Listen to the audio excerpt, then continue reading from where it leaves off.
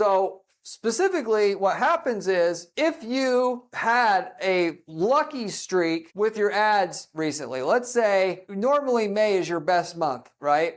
And all of a sudden, because May's hitting and you're doing a home improvement service, and this is when everybody does their home improvement, all of a sudden in 1 week, you get 10 conversions a day, whereas before you're only getting like 3. What happens is this limited by budget algorithm that Google has, it's gonna say, oh wow, there's 3 times as much demand here. So you should raise your budget by 3x, will increase your bids, and then therefore you'll be able to show up 3 times as much as you were before at the top of Google, whereas we were showing some of your competitors, but we'll push them out of the way for you. And you'll just get 3 times as many conversions at the cost per conversion you want, and you'll be happy. The reality is you only got that increase in conversions in May because normally May, there's a huge jump in conversions that happens. The system's not smart enough to realize seasonal trends.